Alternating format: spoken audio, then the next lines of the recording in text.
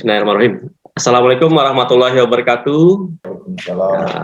Alhamdulillah kita diberi nikmat kesehatan untuk kita bisa hadir bersama-sama pada sidang seminar hasil atas nama Raudatun Nisa dengan judul analisis program pengendalian penyakit kusta menggunakan metode case-based reasoning atau CBR di Dinas Kesehatan Kabupaten Kutai Kartanegara. Kami ucapkan banyak terima kasih atas kehadiran Bapak Ibu dosen pembimbing dan penguji, Bapak Dr. Ahmad Bahtiar, Bapak Dr. Irfansyah Barudin, dan Ibu Tanti Asrianti.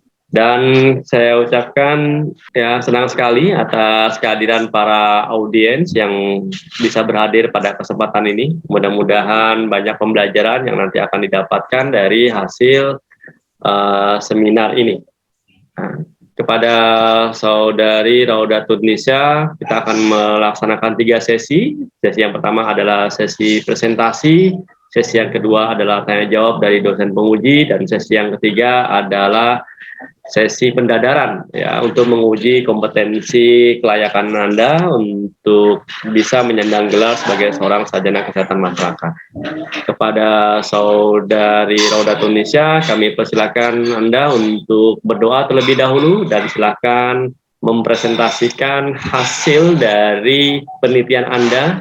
Kami persilakan. Baik, terima kasih atas kesempatan yang diberikan sebelumnya. Assalamualaikum warahmatullahi wabarakatuh. Selamat siang. Sebelumnya saya ucapkan terima kasih kepada dosen pembimbing 1, Bapak Siswanto SPD MKes, dosen pembimbing 2, Bapak Dr. Irfansyah Barudin Paki STM MKes, dan Bapak dosen penguji 1 saya, Bapak Dr. Ahmad Bahtiar MPPM, dan penguji 2, Ibu Tanti Asrianti STM MKes, serta teman-teman audiens yang telah hadir pada sidang seminar hasil saya hari ini. Perkenalkan, saya Raudatun Nisa HL dari Epidemiologi Angkatan 2017. Hari ini insya Allah akan mempresentasikan hasil penelitian saya yang berjudul Analisis Program Pengendalian Penyakit Kusta menggunakan metode Case-Based Reasoning atau CBR di Dinas Kesehatan Kabupaten Kutai Kartanegara.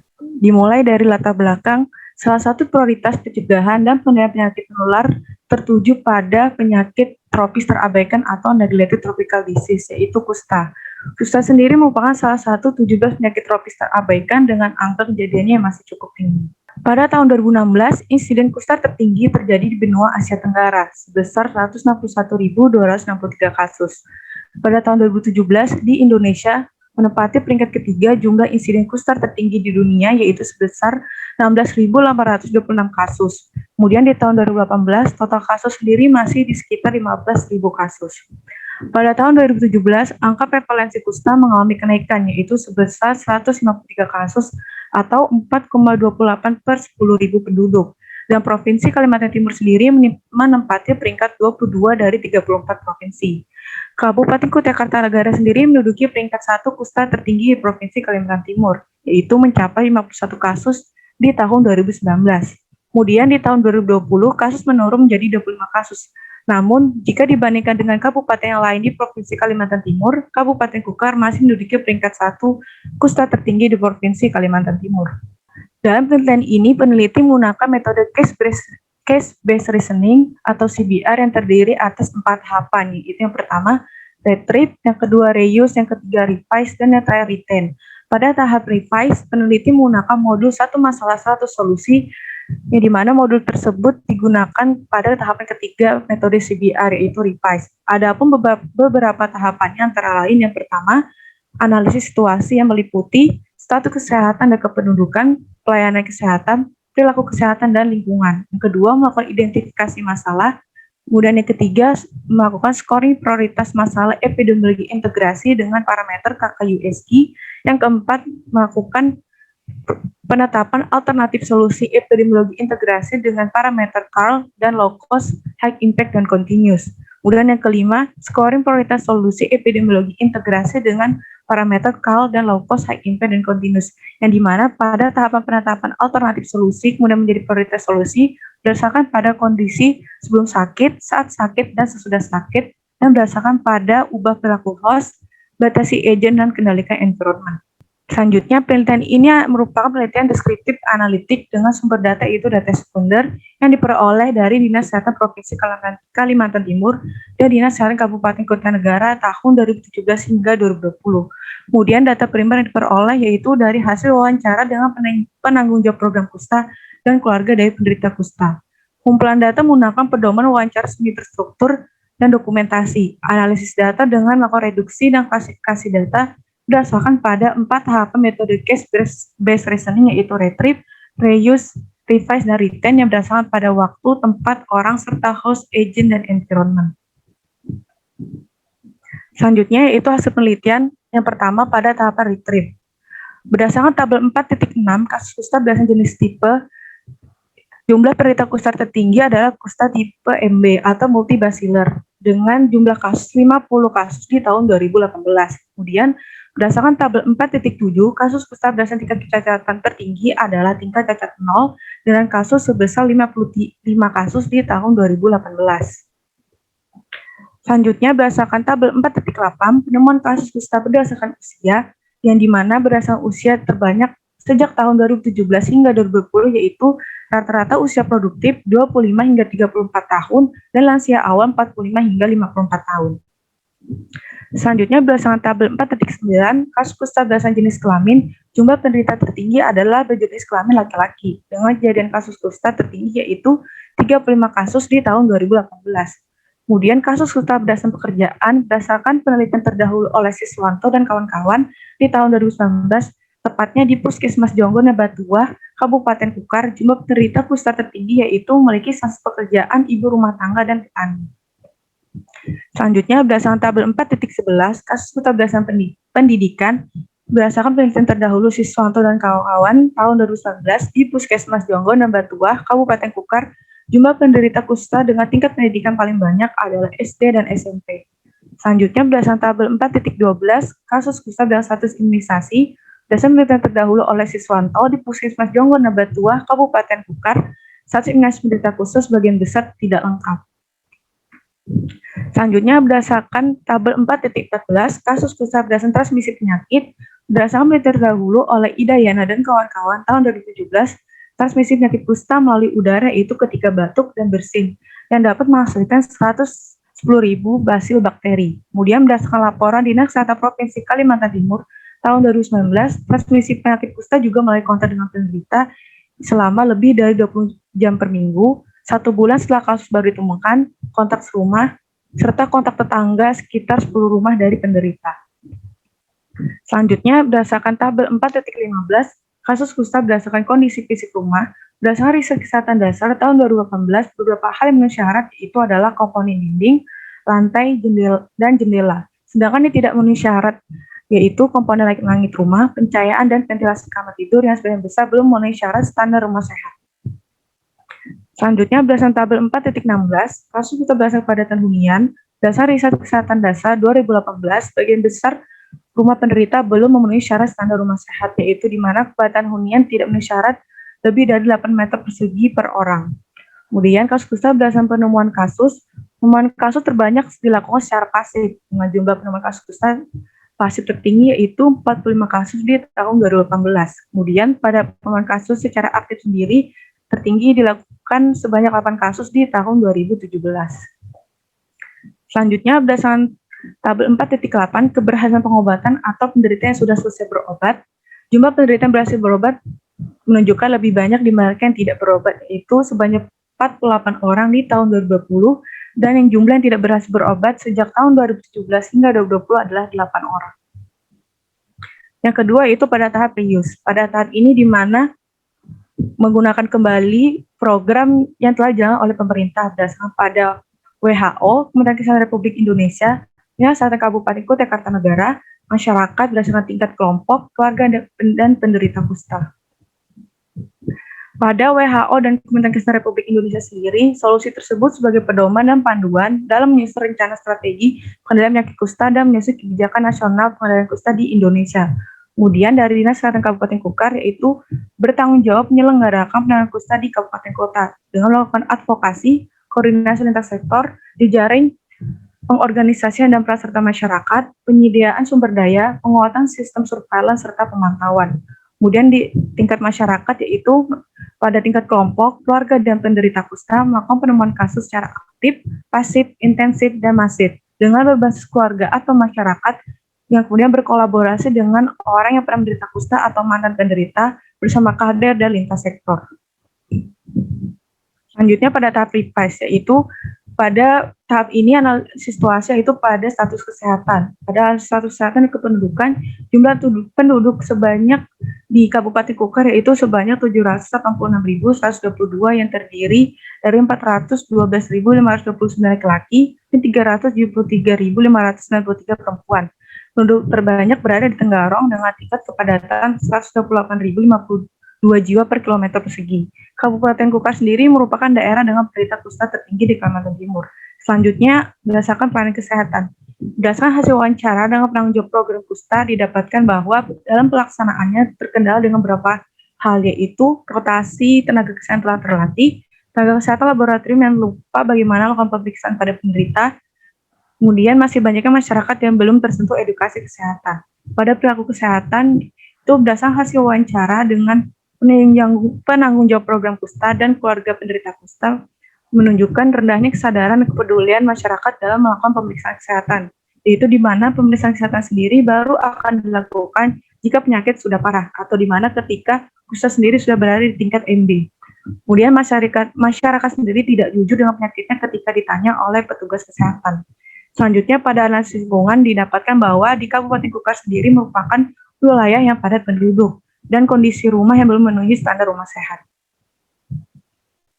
Selanjutnya, pada tahap identifikasi, peneliti menemukan beberapa masalah berserta kelemahannya, yaitu yang pertama, sosialisasi tentang penyakit kusta, di mana tenaga promkes kurang maksimal dalam melakukan edukasi, media yang diberikan kurang menarik, serta sosialisasi tidak merata, dan masih ada stigma negatif yang muncul dari penderita itu sendiri.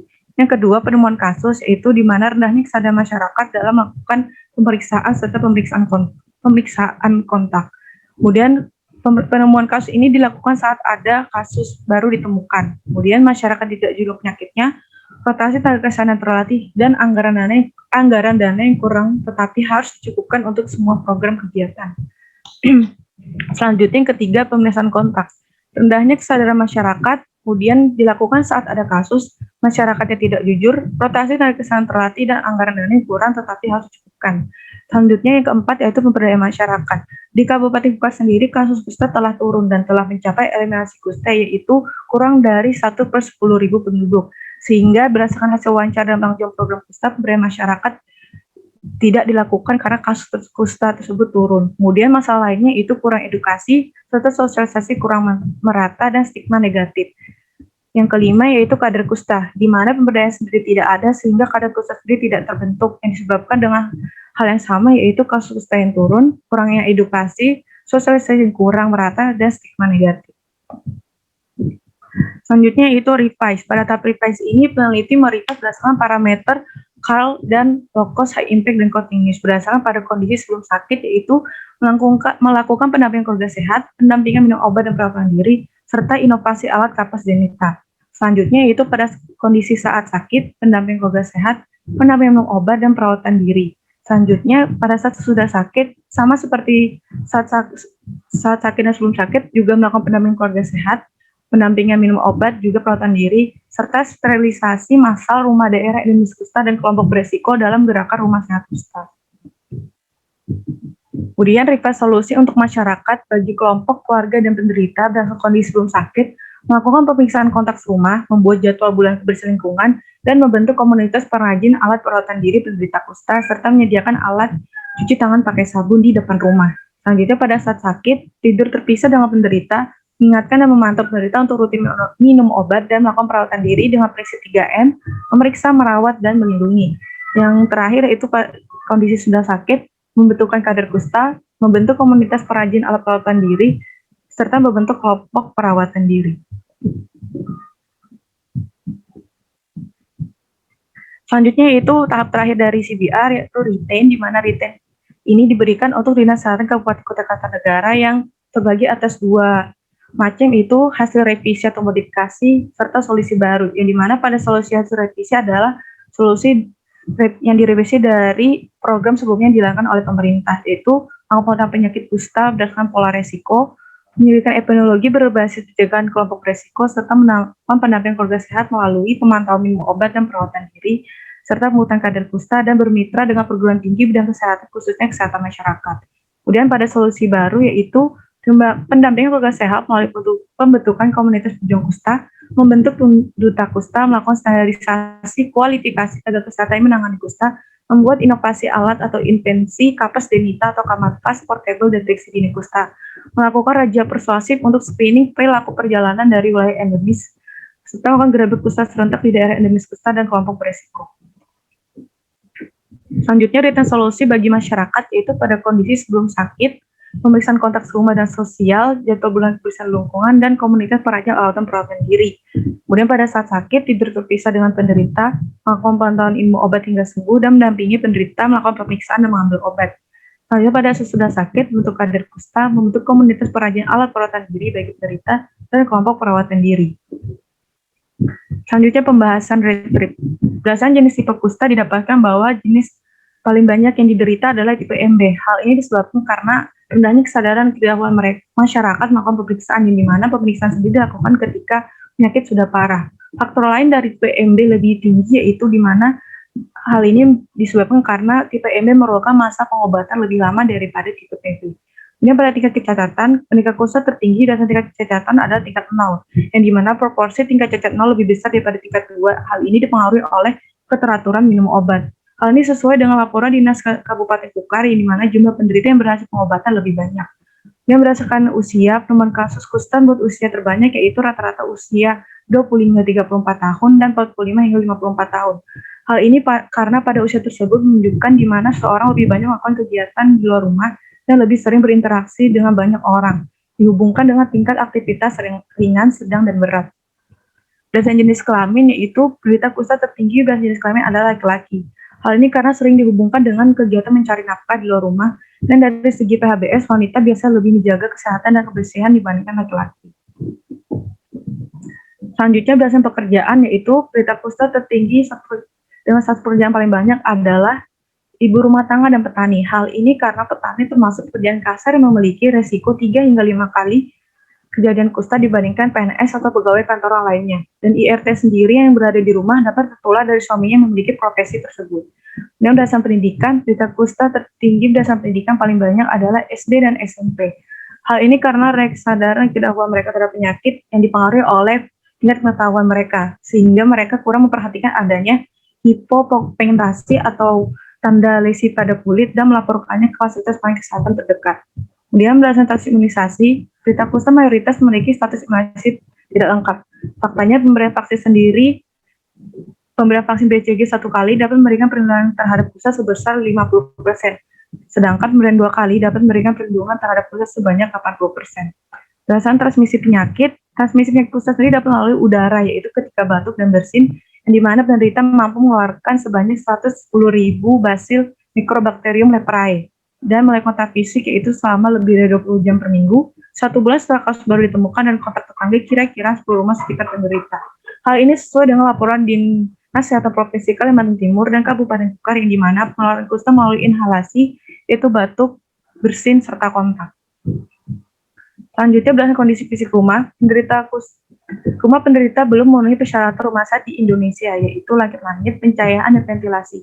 Hal ini sejalan dengan penelitian Siswanto dan kawan di tahun 2019, yang dimana kondisi konstruksi bangunan rumah di wilayah kerja Puskesmas Jongan dan Batuah Kabupaten Kukar tidak memenuhi syarat rumah sehat sebanyak 3,6%. Selanjutnya, menurut kepadatan hunian dalam rumah belum memenuhi standar rumah sehat berdasar riset kesehatan dasar 2018, yang dimana kepadatan hunian dalam satu rumah akan memberikan pengaruh bagi penghuninya. Luas rumah yang tidak sebanding dengan jumlah penghuni akan menyebabkan berkerumun.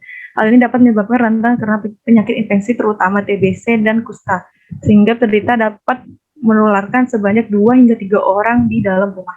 Selanjutnya berdasarkan penemuan kasus kusta terbanyak dilakukan secara pasif. Hal ini sesuai dengan laporan Dinas Kesehatan Kabupaten Kukar, di mana penemuan kusta terbanyak sejak tahun 2017 hingga 2020 adalah secara pasif, dengan jumlah penemuan sebanyak 45 kasus di tahun 2018. Penemuan kasus kusta secara aktif tinggi dilakukan di tahun 2018, yaitu sebanyak 8 kasus. Di tahun 2019 hingga 2020 saat itu terjadi pandemi COVID-19, sehingga tidak dianjurkan untuk melaksanakan penambangan kasus secara aktif dikarenakan adanya kebijakan PSBB. Selanjutnya, berdasarkan keberhasilan pengobatan, jumlah penderita yang berhasil berobat lebih banyak dibandingkan yang tidak berhasil. Hal ini menunjukkan keteraturan minum obat pada penderita terbilang cukup bagus, melihat dari jumlah penderita kusta yang telah selesai berobat lebih banyak. Menurut hasil penelitian Andriani dan kawan-kawan tahun 2019 menjelaskan bahwa peran keluarga dalam pemantauan minum obat terhadap kepatuhan penderita kusta minum obat termasuk dalam kategori baik sebesar 90% dan dengan kepatuhan kategori baik sebesar 80%. Sehingga jika dilakukannya pendampingan keluarga sehat khusus penderita kusta dengan melakukan pemantauan minum obat dan perawatan diri dapat sebagai upaya pemberdayaan masyarakat terkait penduduk kusta pada kelompok berisiko. Selanjutnya yaitu pembahasan pada tahap reuse. Berdasarkan WHO, program WHO sendiri berdasarkan pada prinsip memulai tindakan dan memastikan akuntabilitas dan mempromosikan inklusivitas. Memulai tindakan dan melibatkan pengembangan rencana aksi khusus di berbagai negara dengan menjamin tanggung jawab yang dicapai dan memperkuat pemantauan dan evaluasi di semua negara endemis. Tujuannya yaitu untuk mengurangi beban kusta di tingkat global dan lokal dengan 5 elemen kasus kusta yaitu fokus deteksi dini sebelum kecacatan, deteksi target kelompok berisiko, penjaringan semua kontak erat terutama kontak rumah tangga, promosi pengobatan dengan jangka yang lebih pendek, kemudian intervensi khusus pada stigma dan diskriminasi. Kemudian dari Kementerian Kesehatan Republik Indonesia, upaya kesehatan sendiri ditujukan untuk menurunkan angka kesakitan dan memutus rantai penularan kusta dengan menetapkan target eliminasi kusta untuk mencapai eliminasi kusta tingkat provinsi di tahun 2019 dan tingkat kabupaten kota tahun 2024. Dengan indikator pencapaian adalah angka prevalensi kurang dari 1 per 10.000 penduduk. Apa yang dimaksud sendiri ialah melakukan promosi kesehatan, penguatan sistem surveillance, kemopropilaksis, dan tata laksana penderita kusta. Selanjutnya dari Dinas Kesehatan Kabupaten Kota Kartanegara yaitu program dijalankan oleh pemerintah sendiri berdasarkan pada Permenkes RI nomor 11 tahun 2019 di mana pemerintah daerah kabupaten kota bertanggung jawab menyelenggarakan penanganan kusta dengan merujuk pada target dan strategi yang telah ditetapkan. Namun berdasarkan hasil wawancara yang telah dilakukan oleh peneliti terhadap penanggung jawab program kusta ditemukan ada tanggung jawab yang belum dilakukan dengan maksimal, yaitu meningkatkan kemampuan kader. Hal ini karena angka prevalensi kasus kusta di Kabupaten Kukar telah mencapai eliminasi kusta, yaitu kurang dari 1 per 10.000 penduduk. Kemudian dari masyarakat, yaitu upaya kesehatan pada masyarakat antara lain dengan kerjasama lembaga swadaya masyarakat, organisasi profesi, keluarga penderita, dan mantan penderita yang dilakukan berdasarkan tingkat kelompok, keluarga, dan individu atau penderita. Antara lain dengan melakukan tracing atau screening kasus, kemudian membentuk kelompok perawatan diri yang diintegrasi dengan penderita penyakit lain seperti filariasis dan diabetes, kemudian melakukan pemantauan minum obat dan perawatan diri, serta pemeriksaan kontak rumah dan sosial. Selanjutnya pembahasan terhadap revise, analisis situasi, status kesehatan Kabupaten Kukar yaitu merupakan daerah kusta tertinggi. Sebagian besar penderita kusta adalah laki-laki dengan rentang usia 25 hingga 34 tahun dan 45 hingga 54 tahun. Kependudukan Kabupaten Kukar termasuk wilayah padat penduduk. Pada proses pelayanan kesehatan terkendala dengan beberapa hal yaitu rotasi infeksi terlatih, kesehatan laboratorium yang lupa cara melakukan pemeriksaan penderita, serta edukasi kesehatan yang tidak merata. Protokol kesehatan yaitu rendahnya dan kurang peduli melakukan pemeriksaan kesehatan. Pemeriksaan kesehatan dilakukan ketika kasus sudah parah. Kemudian pemeriksaan dilakukan jika sudah parah dan stigma yang muncul dari penderita itu sendiri. Pada aspek lingkungan yaitu kondisi rumah dan kepadatan hunian belum memenuhi standar secara biologis, transmisi kusta dapat menular melalui batuk, bersin, dan kontak fisik. Kemudian dari identifikasi masalah, analis permasalahan ditemukan yaitu sosialisasi yang kurang merata, temuan kasus dan pemeriksaan kontak dilakukan ketika ada kasus, pemberdayaan masyarakat yang tidak berjalan sehingga tidak ada kader yang terbentuk. Yang dimana peneliti melakukan scoring prioritas solusi dengan parameter KKUSG.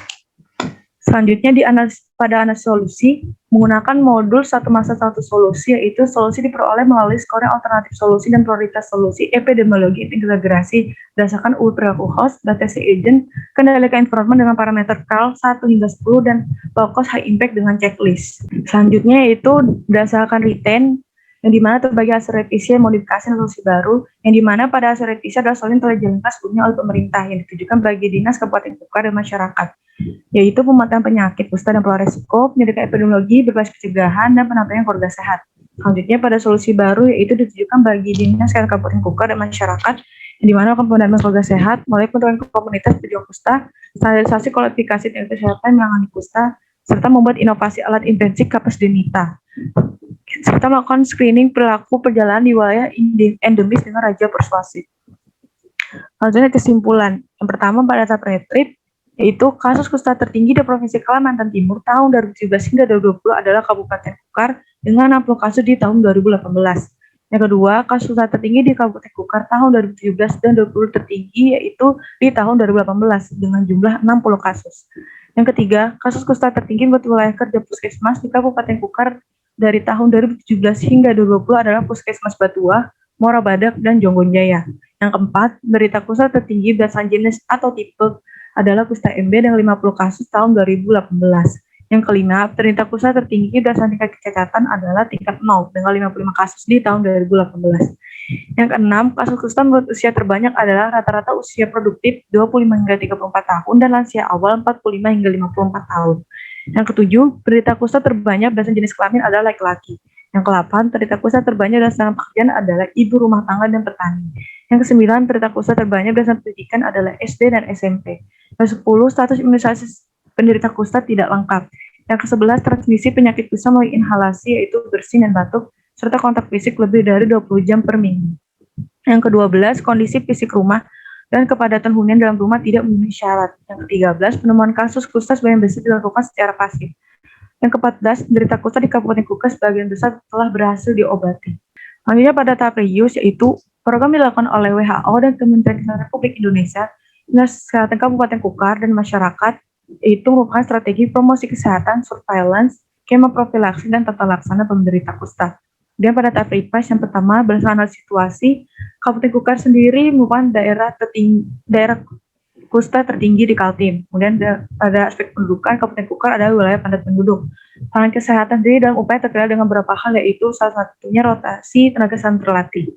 Selanjutnya yang kedua, identifikasi masalah yang diperoleh yaitu sosialisasi tentang penyakit kusta, penemuan kasus, pemeriksaan kontak, pemberdayaan masyarakat, kadar kusta berserta kelemahannya. Yang ketiga, solusi yang di-revise bagi Dinas Kesehatan Kabupaten Kukar dan masyarakat yaitu berdasarkan pada kondisi sebelum sakit, saat sakit, dan sesudah sakit dengan parameter CAL dan low cost, high impact, dan continuous. Kemudian terakhir pada retain, solusi yang diberikan bagi Dinas Kabupaten Kukar terdiri atas rekomendasi solusi hasil revisi atau modifikasi serta solusi baru. Kemudian bagi masyarakat berdasarkan kondisi sebelum sakit, saat sakit, dan sesudah sakit. Selanjutnya saran pada tahap retreat, kasus sebaiknya dilaporkan lengkap berdasarkan waktu, tempat, dan orang dalam setahun, serta dipublikasikan dan diupdate di website Dinas Kesehatan Kabupaten Kukar, di mana kasus ini tidak hanya berfokus berdasarkan jenis atau tipe, kemudian berdasarkan usia, dan berdasarkan tingkat kecacatan, tapi juga berdasarkan lingkungan yang berisiko, dan berdasarkan tingkat pendidikan serta pekerjaan. Kemudian pada tahap reuse, program sebaiknya bersinergi dan berkolaborasi antara pemerintah terkait dengan masyarakat untuk pencegahan dan pengendalian serta penanganan kusta. Pada tahap IP sebaiknya mengkaji ulang from pendidikan epidemiologi yang sebaiknya berbasis pencegahan kelompok berisiko agar dapat memetakan wilayah kecamatan berisiko kusta hingga memperoleh prioritas dalam pencegahan. Pada tahap retain yaitu melakukan advokasi Dinas Kesehatan Kabupaten Kukar ke Dinas Kesehatan Provinsi Kaltim hingga Kementerian Kesehatan Republik Indonesia dengan penguatan koordinasi lintas sektor dan peningkatan sistem kewaspadaan dini dan melakukan pencegahan epidemiologi berisiko serta memantau wilayah berisiko berdasarkan tingkat individu, keluarga, dan kelompok. Kemudian sebaiknya Dinas Kesehatan Kabupaten Kukar serta pemerintah memberikan link bagi pelaku perjalanan dari luar daerah sehingga dapat menjadi upaya mencegah adanya kasus yang datang dari luar daerah bagi bentuk upaya deteksi dini kasus kusta dari luar daerah itu sendiri. Sekian presentasi dari saya. Lebih maaf.